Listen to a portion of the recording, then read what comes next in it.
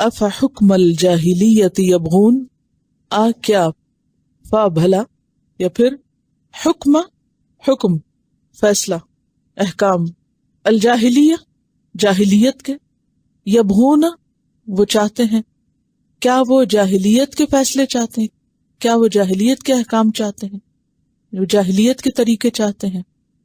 تو یہاں پر جو ہے یہ حرف استفہام ہے. استفہام کا کیا معنی ہوتا ہے؟ سوالیہ. یہ جو سوالیہ ادات استفہام ہے یہ تعجب کے لیے، یعنی حیرت کی بات ہے کہ یہ لوگ اللہ کا راستہ چھوڑ کر یا اسلام کا راستہ چھوڑ کر جاہلیت کا راستہ چاہتے ہیں یا جاہلیت کا طریقہ چاہتے ہیں. تو افا حکم الجاہلیہ، حکم فیصلے کو کہتے ہیں. الجاہلیہ، جاہلیہ کا لفظ جو ہے یہ جہل سے نکلا ہے. جہل کس کو کہتے ہیں؟ علم نہ ہونے کو، لا علم ہونے کو. اور شریعت میں اللہ کا حکم معلوم نہ ہونا جہل کہلاتا ہے. جہل کا اپوزٹ کیا ہے؟ علم. اور علم کی بہت سی قسمیں ہیں، لیکن کون سا علم جو ہے وہ جاننا ضروری ہے، فریضے کے درجے میں ہے.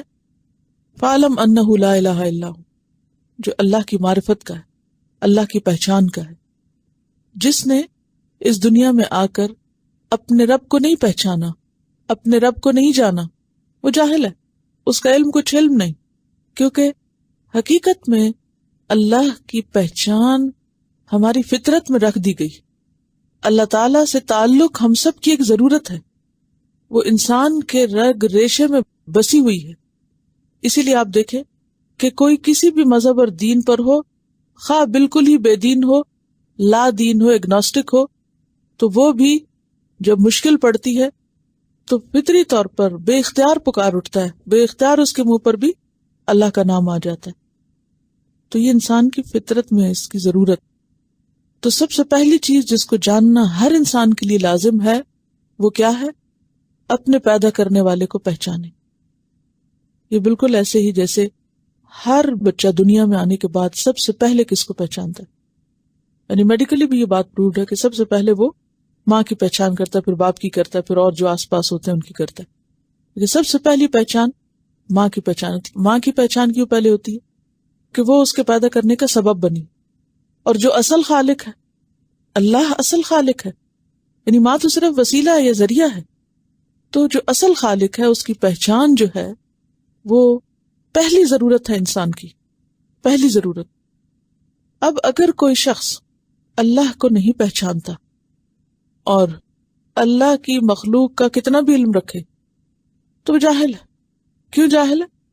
کیونکہ اسے اصل حقیقت کا نہیں پتا. اسی طرح اللہ نے بندوں کو چونکہ اپنی عبادت کے لیے پیدا کیا، اور اس کے لیے اس نے بندوں کو ان کے حال پہ نہیں چھوڑ دیا بلکہ انہیں عبادت کے طریقے بھی بتائے. لہذا علوم میں سے وہ علم جس سے ہمیں ہماری عبادت کے طریقے پتہ چلیں وہ فرض کے درجے میں وہ لازم ہے. یعنی اللہ کی معرفت کے بعد اللہ کی عبادت کے طریقے جاننا بے حد ضروری ہے. تو پھر جاہل کون ہوا؟ جس کو اللہ کی پہچان نہیں اور اللہ کی عبادت کے طریقوں کی پہچان نہیں، وہ نہیں جانتا، لہٰذا وہ اللہ کے حکم کی مخالفت کرتا ہے. تو اللہ کے احکام کی مخالفت دراصل جہل ہے. اور پھر جہل اور جہالت میں بھی فرق ہے. جہل ہوتا ہے جاننا ہی کچھ نہ، اور جہالت ہوتا ہے جان کے انجان بنے رہنا. تو یہاں پر جاہلیت کا لفظ آیا، جاہل سے جاہلی، جیسے کتاب سے کتابی. کتابی کس کو کہیں گے؟ کتاب والا، ٹھیک ہے نا. تو جاہل سے جاہلی کون ہوا؟ جہالت والا. تو اسی سے پھر جاہلیہ کا لفظ آتا ہے. اور یہ ایک ٹرم بھی ہے جو اسلام کے مقابلے میں بولی جاتی. پھر اسلام کس چیز کا نام ہے؟ علم کا نام ہے. اسلام جاننے کا نام ہے. لیکن ہم لوگ پیدائشی طور پر مسلمان ہو گئے اور اسی کو کافی سمجھتے ہیں، حالانکہ شعوری مسلمان بننے کے لیے کیا ضروری ہے؟ علم ضروری ہے، جاننا ضروری ہے. اسی لیے آپ دیکھتے کہ نبی صلی اللہ علیہ وسلم کو سب سے پہلے کیا کرنے کو کہا گیا تھا؟ پہلی وحی کا پہلا لفظ اقرا. تو ہمارا دین کیا ہے؟ اقرا، علم. اسلام کیا ہے؟ اسلام دوسرا نام ہے علم کا. علم کے بغیر اگر کوئی مسلمان ہے تو بس وہ پیدائشی مسلمان ہے، ایک روایتی مسلمان ہے. کسی بھی شخص کے لیے ضروری ہے کہ وہ شعوری مسلمان بنے، اور اس شعوری مسلمان بننے کے لیے کیا ضروری ہے کہ وہ کیا کرے؟ علم حاصل کرے. اور اسلام کے مقابلے میں جو پری اسلامک پیریڈ تھا اس کو دور جاہلیت کہتے ہیں. آپ کے خیال میں دور جاہلیت میں رہنے والے سب ان پڑھ لوگ تھے؟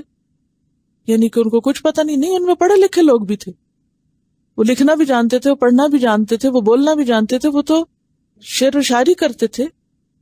وہ تو عام زبان نہیں، شعر و شاعری کی زبان میں اپنے خیالات کا اظہار کرتے تھے. تو ایسے لوگوں کو آپ اس معنی میں جاہل کہیں گے جیسے ہم کسی الٹریٹ پرسن کو کہتے ہیں؟ نہیں، یہ معنی نہیں ہے اس کا. دور جاہلیت میں رہنے والے لوگ لازمی طور پر الٹریٹ نہیں تھے، بلکہ کیا تھے؟ وہ اصل دین سے دور تھے، یعنی اسلام سے عاری تھے، نابلد تھے. پری اسلامک جو پیریڈ ہے اس کو دور جاہلیت کہا جاتا ہے.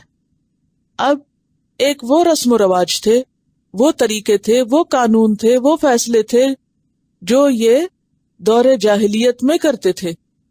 کیا کیا کرتے تھے؟ لڑکیوں کو زندہ درگور کر دیتے، اور بتوں کو پوجتے تھے، بتوں کے نام پہ قربانی کرتے تھے.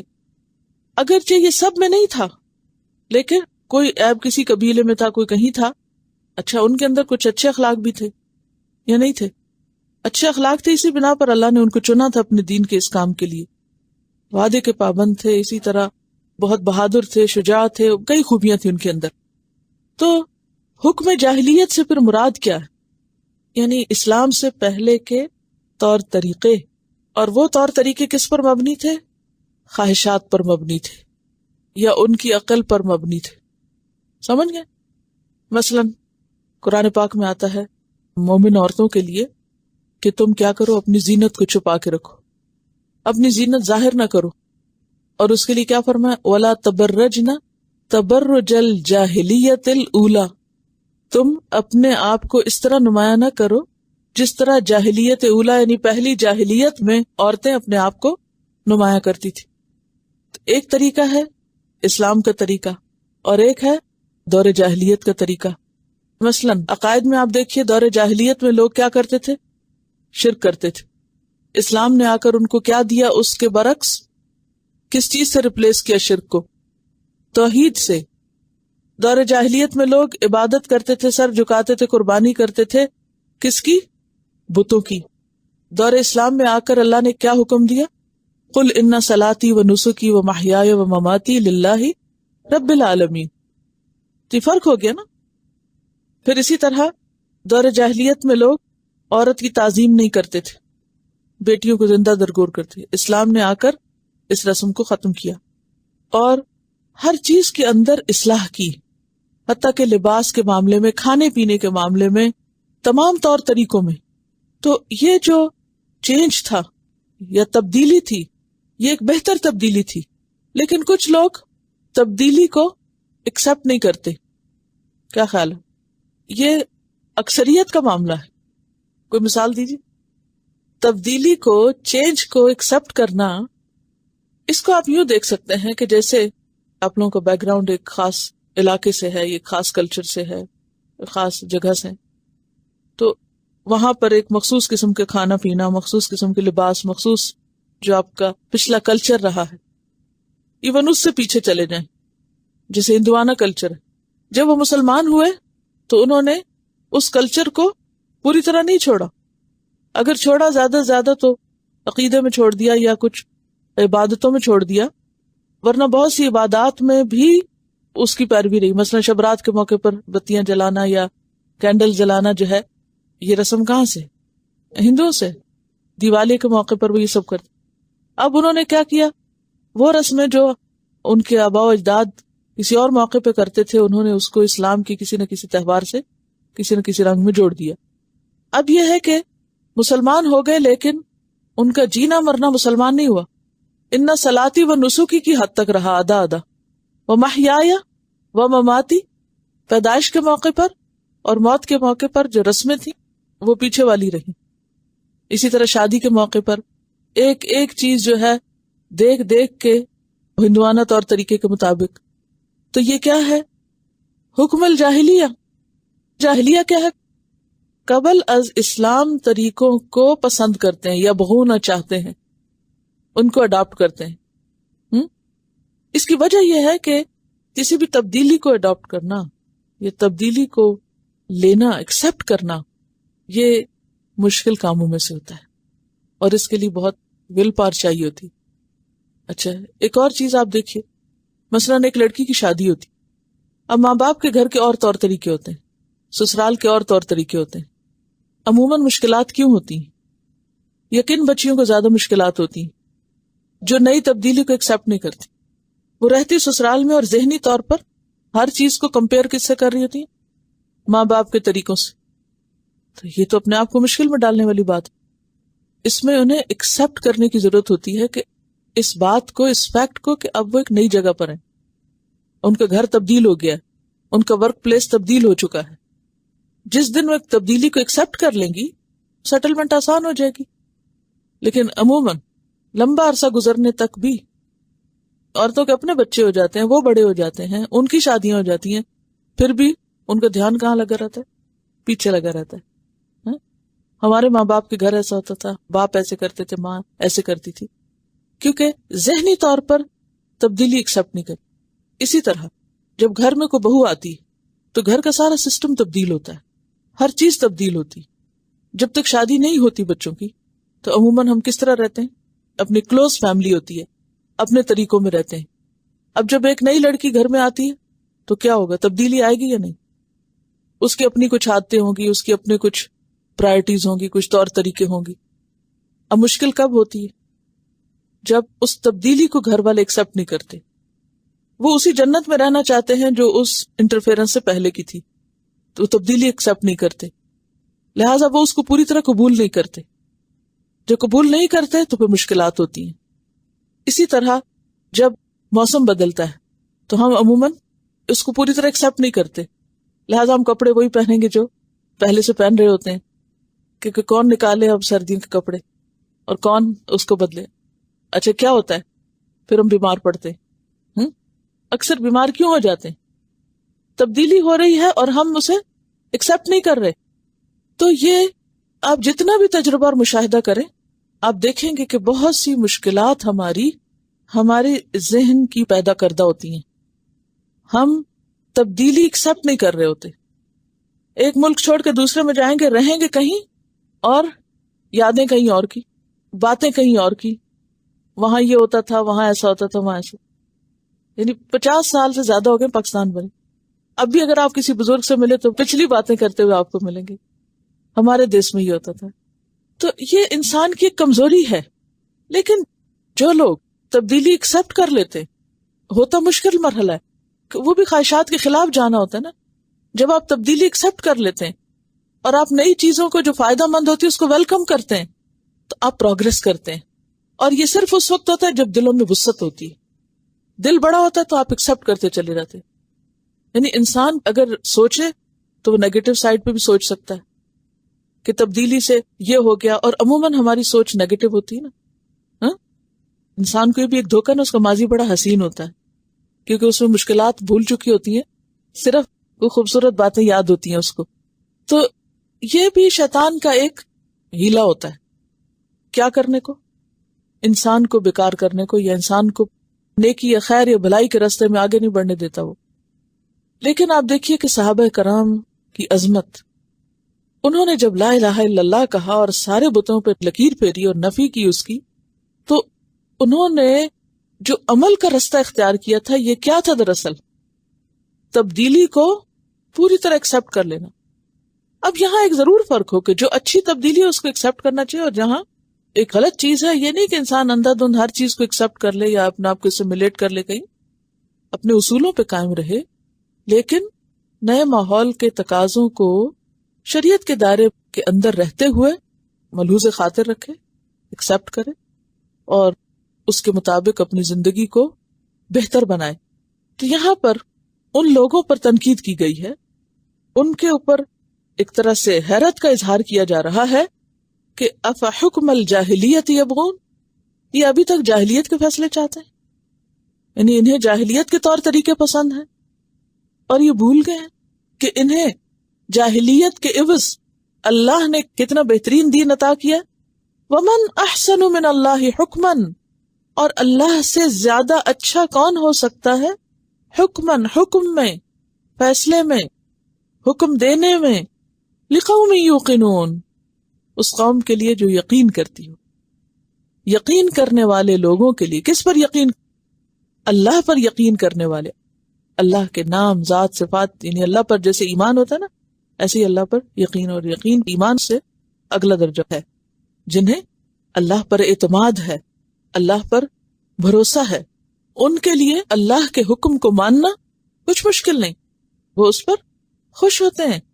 اور آپ دیکھیے اس وقت اگر آپ ذہن میں تصور لائیے ایک طرف دور جاہلیت کا کہ کیا ان کے آپس کے لڑائی جھگڑے تھے اور خون کے پیاسے تھے ایک دوسرے کے، اور کس کس طرح کی مشکلات میں گھرے ہوئے تھے، اور دوسری طرف اسلام کے بعد کا دور لائیے، مدینہ منورہ کی ریاست لائیے جہاں اسلام اسٹیبلش ہو گیا تھا ایک ریاست کی سطح پر بھی، تو کس قدر عدل اور انصاف تھا، لوگوں کے اندر آپس میں بھائی چارہ اور محبت تھی، اور ایک دوسرے کا احترام تھا، اور ایک دوسرے کے ساتھ بہترین تعلقات تھے. انصار اور مہاجرین کو آپ دیکھیے، ایک وہ دور کہ جس میں ایک دوسرے کے خون کے پیاسے، اور ایک وہ دور جس میں ایک دوسرے کے ساتھ محبت اور ہمدردی رکھنے والے. اب یہ سب کچھ انہیں کس وجہ سے ملا؟ اور پھر آپ دیکھیے کہ عربوں کو کس قدر ترقی ملی اسلام کو قبول کرنے کے بعد اور اسلام کا پرچار کرنے کے بعد. تو یہ سب کس وجہ سے تھا؟ اسلام کو کھلے دل سے قبول کرنے اور اسے اپنی زندگی کا حصہ بنانے کی وجہ سے، کیونکہ ان کا یہ یقین تھا کہ اللہ کا فیصلہ سب سے اچھا فیصلہ ہے. اور یہاں فیصلے سے مراد پھر کیا ہے؟ جو بھی اللہ نے دین کی شکل میں ہمیں احکامات دیے ہیں. دور جاہلیت کے احکامات کیا تھے؟ خواہشات پر مبنی تھے، اور دور اسلام کے احکامات اللہ کے دیے ہوئے تھے. تو آپ دیکھیے کہ یہ تو اس دور کی دور جاہلیت اور اسلام کے درمیان کمپیریزن ہو رہا ہے، لیکن یہ کمپیریزن ہر جگہ رہے گا. مثلا آج بھی آپ دیکھیے کہ ایک ہے اسلامی طریقہ کسی بھی معاملے میں، اور ایک ہے غیر اسلامی طریقہ. تو جو بھی غیر اسلامی طریقہ ہے وہ کیا کہلائے گا؟ حکم الجاہلیہ. یعنی پھر جاہلیت سے مراد قبل از اسلام نہیں ہوگا، بلکہ اسلام اور غیر اسلام ہوگا. ٹھیک ہے، جاہلیت سے مراد غیر اسلام، اور اس کے مقابلے میں حکم اللہ سے مراد اسلام. یعنی ایک ہے حکم الجاہلیہ اور دوسرا ہے حکم اللہ. یہ ہیں آپس میں آمنے سامنے. زندگی کے سارے طریقوں میں ذرا آپ سوچئے، سب میں دیکھیے. مثلا کھانے کے معاملے میں اسلام کے احکامات آپ پڑھ چکے ہیں. 2 بڑی علامتیں بتائی گئی، کیا؟ حلال اور طیب، 2 چیزیں. یہ ہے حکم اللہ، یہ اللہ کا حکم ہے نا، یا ایھا الذین آمنوا کلوا من طیبات ما رزقناکم، اور اسی طرح حلالا طیبا بھی. تو یہ اللہ کا فیصلہ ہے، اللہ کا حکم ہے یا نہیں؟ اچھا، اب یہ جو اللہ کا حکم ہے یا اللہ کا فیصلہ ہے، اس کے مقابلے میں انسانوں نے جو بھی طریقے اختیار کر رکھے ہیں وہ سب کیا کہلائیں گے؟ حکم الجاہلیہ. کیوں؟ جاہلیت کیا ہے؟ علم نہیں، حقیقت کا علم نہیں. اسی لیے آپ دیکھیں کہ بہت سے لوگ اسلام پر نہ ہوتے ہوئے بھی شراب نہیں پیتے، کئی حرام چیزیں نہیں استعمال کرتے. کیوں؟ کیونکہ انہیں اس کے نقصانات پتہ چل چکے ہیں، انہیں معلوم ہو چکا ہے کہ یہ چیزیں فائدہ مند نہیں. ہم نے یہ سب کچھ کیوں چھوڑا؟ نقصان کے ڈر سے نہیں، اللہ کے دیے ہوئے علم اور اللہ کے فیصلے کے مطابق، اس کے احترام میں. ٹھیک ہے، اچھا اب آپ دیکھیے کہ جس شخص کا یہ یقین ہو، ایمان ہو کہ اللہ کا فیصلہ سب سے بہترین فیصلہ ہے، یعنی اللہ کا حکم سب سے بہترین ہے، پھر اس کو کچھ مشکل رہے گی اللہ کا کوئی بھی حکم ماننے میں، خواہ وہ کھانے پینے کا معاملہ، خواہ وہ لباس کا معاملہ ہو، خواہ وہ زندگی کا کوئی بھی معاملہ. آپ دیکھیے کہ ہمیں مشکل کب تک رہتی ہے؟ جب تک ہمارے اندر یقین نہیں ہوتا، ایکسیپٹنس نہیں ہوتی. جیسے میں نے چھوٹی چھوٹی مثالوں سے آپ کو بتایا نا کہ عموماً ہم کسی بھی ملک میں ہوتے ہیں یا شادی کے بعد یا کسی بھی طرح مشکلات کب ہوتی ہیں؟ جب ہم قبول نہیں کرتے. جب ہم قبول کر لیتے ہیں تو مشکل ختم ہو جاتی ہے, پھر ہم انجوائے کرنے لگتے ہیں اس چیز کو. جو لوگ یہ سچا یقین رکھیں کہ اللہ کا ہر حکم میرے لیے فائدہ مند ہے, انہیں اللہ کا کوئی حکم مانتے ہوئے کچھ بھی دیر نہ لگے, کچھ بھی مشکل نہ لگے, بلکہ وہ خوشی خوشی اس کو مان لیں. کیوں؟ کیونکہ انہیں پتا ہے کہ اللہ تعالیٰ مجھے جو حکم بھی دیتا ہے وہ بہترین ہے. ومن احسن من اللہ حکمن. سوال کیا جا رہا ہے آپ سے, بتائیے اس کا کیا جواب ہے کوئی؟ اللہ تعالیٰ پوچھتے ہیں اللہ سے بڑھ کر فیصلے میں اچھا کون ہے؟ اللہ سے بڑھ کر کس کے فیصلے اچھے ہیں؟ اللہ سے بڑھ کر کس کے احکامات اچھے ہیں؟ کسی کے بھی نہیں, کبھی بھی نہیں. لیکن فائدہ کس کو ہوگا اس کا؟ جس کے اندر یقین ہوگا. لقوم یوقنون. اب آپ دیکھیے کہ ہمارا یقین ہی تو کم ہے نا, اسی لیے تو ہم عمل نہیں کر سکتے. اسی لیے اللہ کی طرف سے جب کوئی حکم آتا ہے تو ہم ڈرنے لگ جاتے ہیں کہ ہائے عمل کرنا پڑے گا. جس کو یہ پتا یہ فائدے کی چیز ہے وہ ڈرے گا. فائدے کی چیزوں کو تو انسان سر کے بل بھی جا کے حاصل کرتا ہے. کوئی بھی چیز جس میں ہمیں فائدہ نظر آتا ہو اس کو لینے میں ہم کیا کرتے ہیں؟ کوئی فائدہ مند چیز سوچیے ذرا, بغیر سوچے سمجھے اس کی طرف بڑھتے, پھر اس میں حجت تھوڑی کرتے ہیں. سیل لگے تو بھاگتے ہیں, فائدے کی چیز ہے کہ وہ کوئی پیسے بچ جائیں گے. اب دیکھیے نا, تھوڑے سے فائدے کی خاطر ہی سب قربانی ہوتی ہے نا. دنیا کا جتنا بڑے سے بڑا فائدہ سب تھوڑا ہے نا. متاع دنیا قلیل, چھوٹا فائدہ, لیکن اس کے لیے ہم نہ نیند کی پرواہ کرتے, نہ کسی اور چیز کی, نہ چھٹی کی, فوراً پہنچتے ہیں. لیکن اگر یہ کہا جائے کہ دیکھو چھٹی ہے آج تہجد کے لیے اٹھ جاؤ, کتنے لوگ اٹھیں گے؟ لیکن جس کو فائدہ پتا وہ ضرور اٹھ جائے گا. چھٹی والے دن تو ہم سب اور دیر تک سوتے ہیں, ہر چیز کی چھٹی کر لیتے ہیں, نماز کی بھی چھٹی. تو بات یہ ہے کہ ہم سب کو اس موقع پر سوچنے کی ضرورت ہے کہ اللہ کے کسی بھی حکم کا میں استقبال کیسے کرتی ہوں, کیونکہ اس صورت میں بارہا یا ایھا الذین آمنوا کہہ کے پکارا گیا ہے, بہت سے احکامات دیے گئے ہیں. جب کوئی نیا حکم آتا ہے تو میرا ری ایکشن کیا ہوتا ہے؟ کیا میں اس کو قبول کرنے, اس کو لینے کے لیے تیار ہوتی ہوں اور کھلے دل سے لیتی ہوں, یا پھر میرا دھیان پیچھے لگا ہوا ہے؟ بعض لوگ شعوری طور پر جب دین کی طرف آتے بھی ہیں نا, شعوری طور پر مطلب پڑھ لکھ کے سمجھ کے ہاں بھی یہ اللہ کا حکم ہے کرنا چاہیے, کر لیتے ہیں, لیکن پھر بھی شیطان ان کے منہ سے ایسی باتیں نکلواتا رہتا ہے. وہ کیا مزے کے دن تھے جب ہم یہ پہنتے تھے, جب ہم یہ اور یہ کرتے تھے. بہت فخر کے ساتھ بعض اوقات اپنے جاہلیت پر مبنی ماضی کو بیان کرتے ہیں. یہ بھی کوئی پسندیدہ چیز نہیں ہے. آپ دیکھیں نا کہ اگر ہم اپنے دور جاہلیت کے کسی بھی عمل کو اپریشیٹ کرتے ہیں, ماضی کی غلطیاں ہیں نا ہماری جو ہم نے جہالت میں کی, لا علمی میں جو بھی ہم نے کام کیا اللہ کی نافرمانی اور اللہ کی ناراضگی کے, سوچئے ذرا. مثلا بعض لوگ نماز نہیں پڑھتے تھے, بعض لوگ پردہ نہیں کرتے تھے, بعض لوگ اور بہت ساری غلط چیزیں, گوسپس, غیبت, ادھر ادھر کی چیزیں.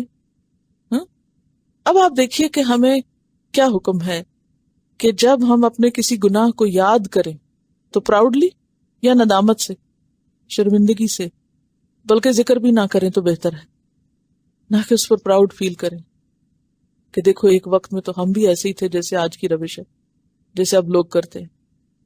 پچھلی غلطیوں پر نادم اور شرمندہ ہونا چاہیے, نہ کہ ان کو فخریہ انداز میں بیان کریں.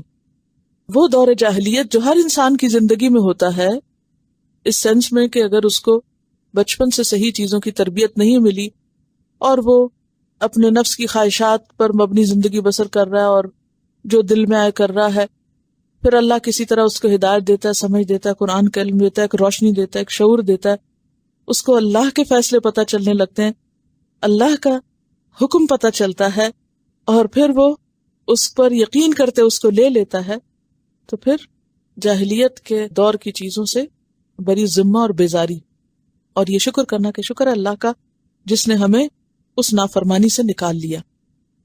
میں یہ چاہوں گی کہ چند ایک موٹی موٹی باتیں جو دور جاہلیت میں ہوتی تھی ان کو ہم دیکھ لیتے ہیں اور ذرا اپنا کمپیریزن بھی کرتے ہیں کہ کہیں ان میں سے ہم تو کوئی کام نہیں کرتے. مثلا دور جاہلیت میں ایک تو جیسے شرک کی بات تھی یا عبادات، بتوں کی پوجا وغیرہ، وہ تو چیزیں ہمارے میں الحمدللہ نہیں، کیونکہ ہم نے صلاتی اور نسکی کی حد تک بتوں کے نام پہ قربانی اور سجدوں سے تو پرہیز کر لیا، لیکن باقی چیزوں میں ذرا سا ہمیں دیکھنا ہوگا. مثلا دور جاہلیت میں لوگ کہانت اور علم نجوم پر بڑا ایمان رکھتے تھے، ستاروں کو دیکھ کر قسمت کے فیصلے کرتے اور اسی طرح کی کچھ چیزیں، یعنی غیب کی خبریں معلوم کرتے تھے. یہ تو معلوم ہے نا آپ کو، کہیں آج ہمارے اندر تو نہیں کوئی ایسی چیز. یہ اسلام میں سے نہیں ہے، یہ دور جاہلیت کے طریقوں میں سے. پہلے لوگ لڑکیوں کو زندہ درگور کرتے تھے، آج کیا کرتے ہیں؟ الٹرا ساؤنڈ کے ذریعے جو پتہ چل جاتا ہے لڑکی ہے تو ختم کرا دیتے ہیں. کیا یہ بھی خفیہ طور پر بیٹیوں کو زندہ درگور کرنا نہیں، مارنا نہیں؟ یہ بھی اسی میں آتا ہے. اچھا، دور جاہلیت میں لوگ لڑکوں کو بڑی امپورٹنس دیتے تھے اور بیٹیوں کو اگنور کرتے تھے. بیٹیوں کو وراثت میں حصہ نہیں دیتے تھے، بیٹیوں کو وہ زندگی کا حق نہیں دیتے تھے، تعلیم نہیں دیتے تھے. کہیں آج تو نہیں ایسا ہوتا ہم مسلمانوں کے اندر؟ آج کل بھی ایسے ہوتا ہے، مسلمانوں کے اندر ہوتا ہے. پھر اسی طرح دور جاہلیت میں عورتوں اور مردوں کا بے محابہ اختلاط، عریانی، ننگے طواف کرنا، بے لباس ہونا، عورتوں کا اپنی زینت کا اظہار کرنا، یہ سب دور جاہلیت میں ہوتا تھا. ایک عورت جب مسلمان ہو جائے تو اس کے لیے کیا حکم کہ وہ دور جاہلیت کے طریقے چھوڑے، اپنی زیب و زینت کی نمائش نہ کرے، بلکہ وہ اللہ کے حکم کی پیروی کرے. تو ایسے تمام لوگ جو دور جاہلیت کے طریقوں پر ہوں، انہی کے لیے سوال کیا جا رہا ہے، انہی کے لیے تعجب ہے. افا حکم الجاہلیت یبغون، مسلمان ہونے کے بعد بھی ابھی تک یہ جاہلیت کے دور کی باتیں اختیار کیے ہوئے، اسی کو پسند کرتے ہیں. پھر اسی طرح آپ دیکھیں اس دور میں لوگ اپنی نسل پر اور اپنے خاندان پر اور اپنی ذات برادری پہ بڑا فخر کرتے تھے. ہم فلاں قبیلے سے، ہم فلاں قوم سے ہیں. آج مسلمانوں کے اندر تو نہیں کوئی چیز ایسی. عام طور پر کوئی ہو یا نہ ہو گھر میں بیٹھ کے کرتے رہتے، لیکن شادی بیاہ کے موقع پر عموماً ذات پات کو آڑ بنا لیتے ہیں، اور دین، اخلاق، تقوی سب کے اوپر کس کو لے آتے ہیں؟ ذات برادری. کہ اگر کوئی ہماری ذات برادری سے نہیں، ہماری رنگ نسل سے نہیں تو ہم شادی نہیں کریں گے.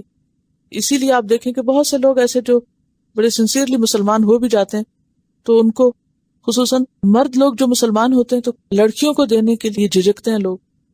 پھر اسی طرح خاص طور پر اگر کوئی کالا مسلمان ہو، گورا ہو تو پھر بھی شاید دے دیں، لیکن کالا مسلمان ہو تو بالکل بھی نہیں. یہ کیسے ہو سکتا ہے؟ یہ سب کیا ہے؟ یہ دور جاہلیت ہی کی بات ہے نا. ہاں، یہ الگ بات ہے کہ انسان کو یہ ضرور دیکھنا چاہیے ویسے اس کی مینٹالٹی یا اس کے کوئی کامن گراؤنڈز ہیں یا نہیں. تو وہ سب سے کامن گراؤنڈ تو اسلام ہے، پھر اس کے بعد ایجوکیشن اور مینٹل لیول ہے. اگر اس میں کوئی ہارمونی ہو تو پھر یہ ذات اور رنگ اور نسل جو ہے نا، یہ سب نیچے چلی جاتی ہے. اور اگر وہ مینٹل لیول نہیں ہے تو آپ اپنی خالہ یا چچا کے بیٹے سے بھی شادی کر دیں تو بھی نہیں بنے گی. پھر اسی طرح آپ دیکھیں کہ شادی بیاہ کے موقع پر جو ان کے ہاں تہوار ہیں وہ ہمارے ہاں بھی. پھر اسی طرح اس دور میں بھی لوگ جو تھے وہ دور جاہلیت میں مختلف طرح کے تہوار مناتے تھے. نبی صلی اللہ علیہ وسلم نے کیا فرمایا کہ اللہ نے ہمیں ان سے بہتر عید کے دن دیے ہیں، لیکن اب مسلمان عید تو کم مناتے ہیں، اور قوموں کے تہوار زیادہ مناتے ہیں اور زیادہ خوشی سے مناتے ہیں. تو یہ سب کیا ہے؟ افحکم الجاہلیت یبغون، یہ جاہلیت کے فیصلے چاہتے ہیں، جاہلیت کے طریقے چاہتے ہیں. ومن احسن من اللہ حکما لقوم یوقنون، اور اللہ سے بڑھ کر اپنے فیصلے میں کون اچھا ہو سکتا ہے لیکن اس قوم کے لیے جو یقین کرتی ہو. تو خلاصہ کیا ہے اس آیت کا؟ کہ ہمیں اللہ کے فیصلوں کو، اللہ کے احکامات کو خوشی خوشی اور پوری دل کی یکسوئی سے قبول کرنا چاہیے، یہ سوچتے ہوئے کہ اللہ کے فیصلے اور اللہ کے حکم سب سے اچھے ہیں. اللہ کے حکم کے آگے کسی کا حکم بھی نہیں، خواہ وہ خواہشات نفس ہو یا ہمارے دوست ہوں یا ہمارا معاشرہ اور کنبہ قبیلہ ہو.